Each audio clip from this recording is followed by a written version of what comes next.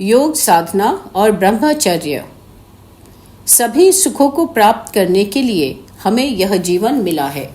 जीवन का मुख्य उद्देश्य प्राणों की रक्षा करते हुए मोक्ष को प्राप्त करना है। भारत भूमि ऋषियों महर्षियों की भूमि रही है। यहाँ पर समय समय पर योगियों ने साधना द्वारा आत्मज्ञान प्राप्त किया, जो जीवन का मुख्य उद्देश्य है। योग साधना के लिए ब्रह्मचर्य का बड़ा महत्व बताया गया है। योग साधना का अर्थ कोई भी आध्यात्मिक अभ्यास करना है, जिससे साधक परमात्म प्राप्ति के अंतिम लक्ष्य तक पहुंच सके। इसके लिए ब्रह्मचर्य का पालन करना आवश्यक है। उपनिषदों में ब्रह्मचर्य की उत्पत्ति परब्रह्म योनि विराट पुरुष से मानी गई है, जो सृष्टि का मूल है। योग साधना का पहला कदम ही ब्रह्मचर्य पालन है। विद्वान पुरुष ब्रह्मचर्य का पालन करता हुआ, दोषों का निराकरण करता हुआ, सद्गुणों द्वारा निरीक्षण करता हुआ मोक्ष को प्राप्त करता है। भारत भूमि मुनियों तपस्वियों की भूमि है। यहाँ अनेक योगियों साधकों ने आत्मज्ञान प्राप्त किया है। साधक को यह जानना आवश्यक है, साधना है क्या? साधना ईश्वर या परमात्मा को प्राप्त करने का साधन है। विभिन्न मतानुसार साधना की प्रक्रियाएं भिन्न भिन्न होती हैं, लेकिन लक्ष्य एक ही होता है, परम तत्व को प्राप्त करना। साधना के अलग अलग मार्ग हैं: भक्ति योग, कर्म योग, ज्ञान योग, राजयोग, हठ योग आदि। सभी योगों में ब्रह्मचर्य आवश्यक है। ब्रह्मचर्य ब्रह्मचर्य का अर्थ है ब्रह्म जैसी चर्या। परमात्मा तथा वेद में विचरण करना ही ब्रह्मचर्य है। वीर्य का नाश ही मृत्यु है और वीर्य की रक्षा ही जीवन है। मरणम बिंदुपातेन जीवनम बिंदु धारणम। गुप्त इंद्रिय के संयम का नाम ही ब्रह्मचर्य है। ब्रह्मचर्यम गुप्तेन्द्रियस्योपस्थस्य संयमः। वेदों का अध्ययन करना, ईश्वर की उपासना करते हुए वीर्य की रक्षा करना ब्रह्मचर्य है। शरीर, मन और वाणी द्वारा मैथुन का त्याग ब्रह्मचर्य कहा जाता है। ब्रह्मचर्यम नाम सर्वावस्थासु मनोवाक् कार्य कर्म भी सर्वतः मैथुन त्यागः। यह ब्रह्मचर्य की विस्तृत व्याख्या है। ब्रह्मचर्य दो प्रकार का है, शारीरिक व मानसिक। ब्रह्मचर्य में कामुकता के विचारों का भी त्याग किया जाता है। शारीरिक ब्रह्मचर्य में कानों से कामुकता भरे विचारों को न सुनना, आँखों से अश्लील चित्र आदि को न देखना, इन सभी का त्याग करते हुए वीर्य की रक्षा करना ही ब्रह्मचर्य है। इस प्रकार कह सकते हैं कि वीर्य का नाश न करते हुए जितेंद्रिय रहना तथा अन्य सब इंद्रियों पर नियंत्रण करते हुए उपस्थ इंद्रिय का संयम ही ब्रह्मचर्य है। योग साधना और ब्रह्मचर्य। योग साधना और ब्रह्मचर्य का बहुत गहरा संबंध है। ब्रह्मचर्य के बिना योग साधना में साधक एक कदम भी आगे नहीं बढ़ सकता। ब्रह्मचर्य ही परम सुख का प्रवेश द्वार है, मोक्ष का द्वार खोलने की कुंजी है।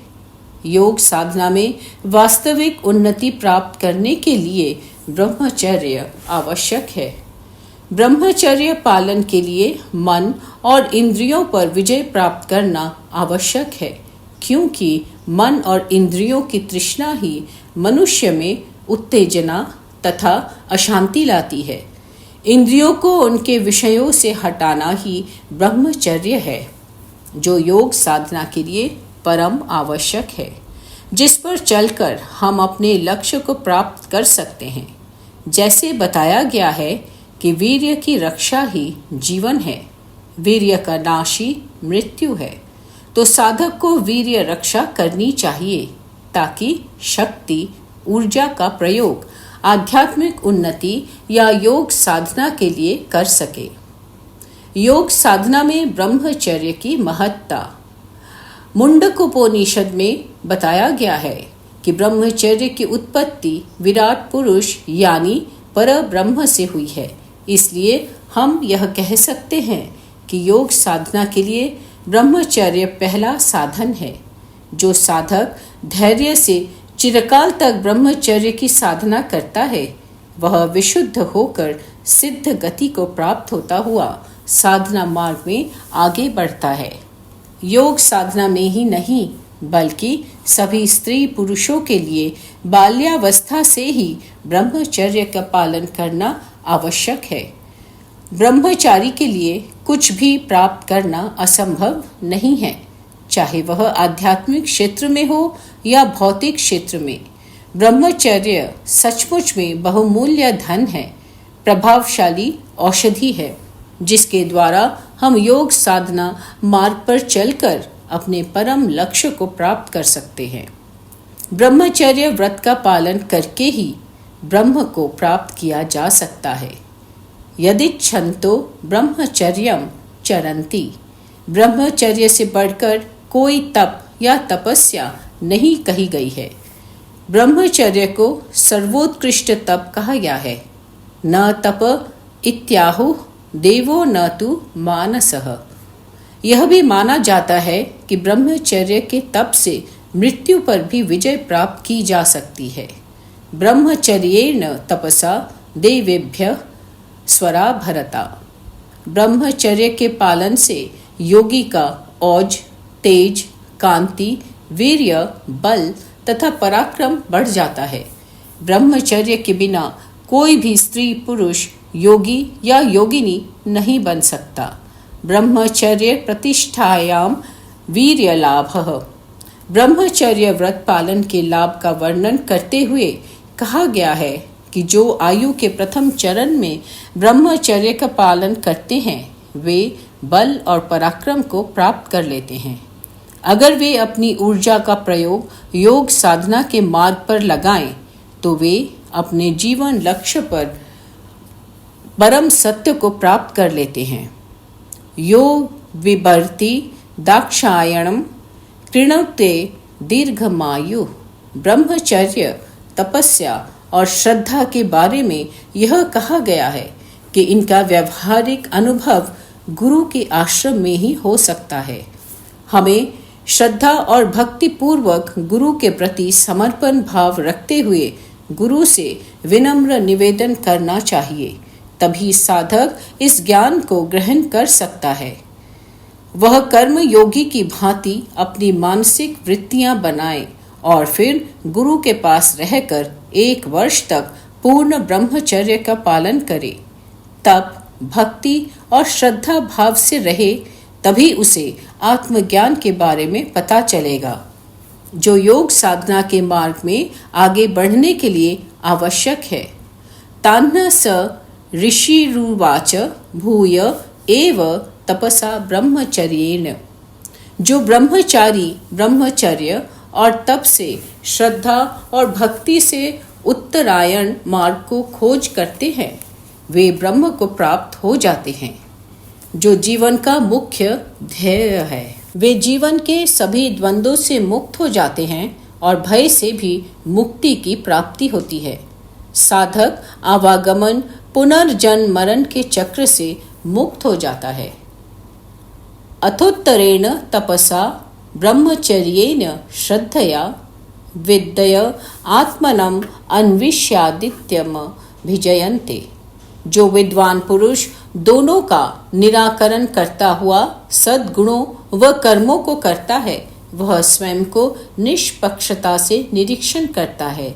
वही पुरुष वीर्य की पूर्ण रक्षा करने में समर्थ हो सकता है और योग साधना के मार्ग में आगे बढ़ सकता है। संपश्चमाना अदन्नभि रेतसो दुधाना। जो साधक ब्रह्मचर्य व्रत को धारण करता है उसे किसी भी प्रकार का दुख नहीं हो सकता। किसी भी पुण्य कर्म और शरीर के स्वस्थ रहने का कारण भी ब्रह्मचर्य ही है। ब्रह्मचारी न व कांचनत्ति मार्छति। ब्रह्मचर्य को शरीर का आधार कहा गया है, जैसे भवन का आधार नींव होती है। आर्यावर्त में जब तक ब्रह्मचर्य का पालन किया जाता था, तब तक देश उन्नति के शिखर पर था। जब ब्रह्मचर्य रूपी खंबा विखंडित हुआ तो देश नष्ट भ्रष्ट हो गया।